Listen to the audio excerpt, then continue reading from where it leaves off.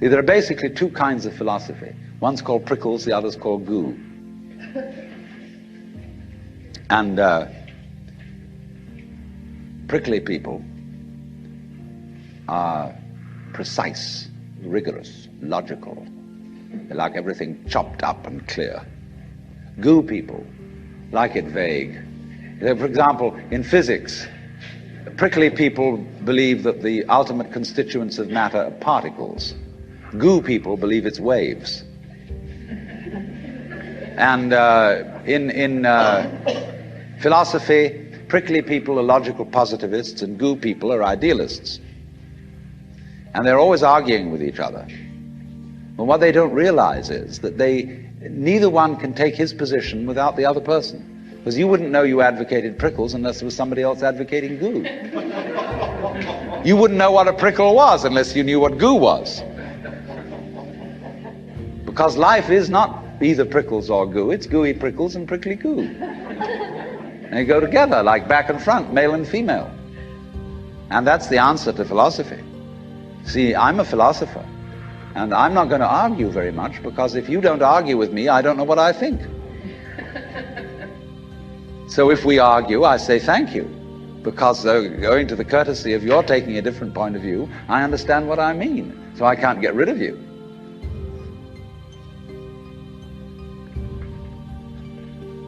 But you see, when as a scientist you describe the behavior of a living organism, you try to say what a person does. It's the only way in which you can describe what a person is. Describe what they do.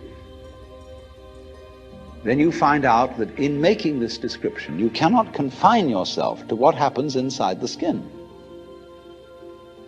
In other words, you can't talk about a person walking unless you start describing the floor. Because when I walk, I don't just dangle my legs in empty space. I move in relationship to a room. And so in order to describe what I'm doing when I'm walking, I have to describe the room. I have to describe the territory. So in describing my talking at the moment, I can't describe this just as a thing in itself, because I'm talking to you. And so what I'm doing at the moment is not completely described unless your being here is described also. So if that is necessary, if in other words, in order to describe my behavior, I have to describe your behavior and the behavior of the environment, it means that we've really got one system of behavior. That what I am involves what you are. I don't know who I am unless I know who you are. And you don't know who you are unless you know who I am. There was a wise rabbi once said, if I am I because you are you, and you are you because I am I, then I am not I and you are not you. In other words, we are not separate. We define each other. We're all backs and fronts to each other. You know, you can't, for example, have two sticks. You lean two sticks against each other and they stand up because they support each other. Take one away and the other falls. They interdepend. And so in exactly that way, we and our environment and all of us and each other are interdependent systems. We know who we are in terms of other people. We all lock together. And this is, again and again, the serious scientific description of how things happen. And any good scientist knows, therefore, that what you call the external world is as much you as your own body. Your skin doesn't separate you from the world. It's a bridge through which the external world flows into you, and you flow into it. Just, for example, as a whirlpool in water, you could say, because you have a skin, you have a definite shape, you have a definite form. All right? Here is a flow of water, and it suddenly does a whirlpool. And then it goes on. The whirlpool is a definite form, but no water stays put in it. The whirlpool is something the stream is doing. And exactly the same way, the whole universe is doing each one of us. And I see you today, and I recognize you tomorrow, just as I would recognize a whirlpool in a stream. I'd say, oh yes, I've seen that whirlpool before. It's just near so-and-so's house on the edge of the river, and it's always there. So in the same way, when I meet you tomorrow, I recognize you, you're the same whirlpool you were yesterday. But you're moving. The whole world is moving through you. All the cosmic rays, all the food you're eating, the stream of steaks and milk and eggs and everything is just flowing right through you. When you're wiggling the same way, the world is wiggling, the stream is wiggling you. But the problem is, you see, we haven't been taught to feel that way.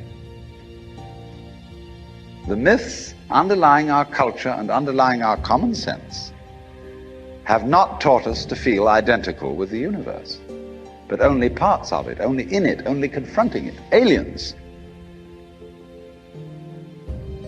And we are, I think, quite urgently in need of coming to feel that we are the eternal universe.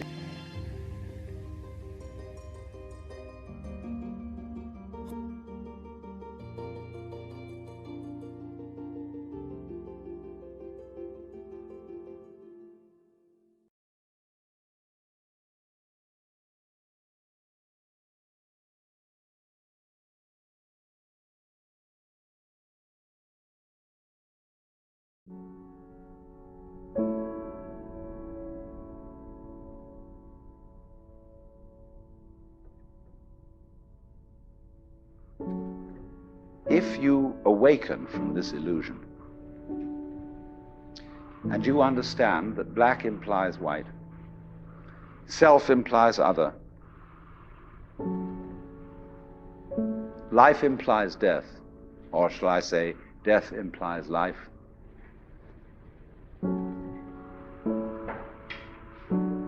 you can feel yourself not as a stranger in the world, not as something here on probation, not as something that has arrived here by fluke, but you can begin to feel your own existence as absolutely fundamental.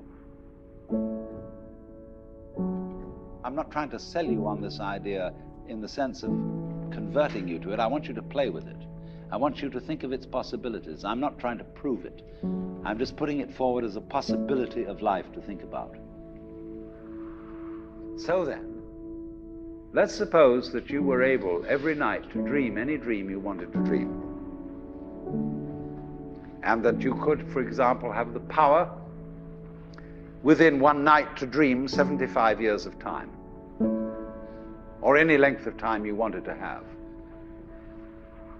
And you would naturally, as you began on this adventure of dreams, you would fulfill all your wishes. You would have every kind of pleasure you could conceive. And after several nights of 75 years of total pleasure each, you would say, well, that was pretty great. But now let's have a surprise. Let's have a dream which isn't under control. Well, something is going to happen to me that I don't know what it's going to be. And you would dig that and come out of that and say, wow, that was a close shave, wasn't it? And then you would get more and more adventurous, and you would make further and further out gambles as to what you would dream. And finally, you would dream where you are now. You would dream the dream of living the life that you are actually living today. That would be within the infinite multiplicity of choices you would have, of playing that you weren't God. Because the whole nature of the Godhead, according to this idea, is to play that he's not. So in this idea then, everybody is fundamentally the ultimate reality. Not God in a politically kingly sense, but God in the sense of being the self, the deep down basic whatever there is. And you're all that, only you're pretending you're not.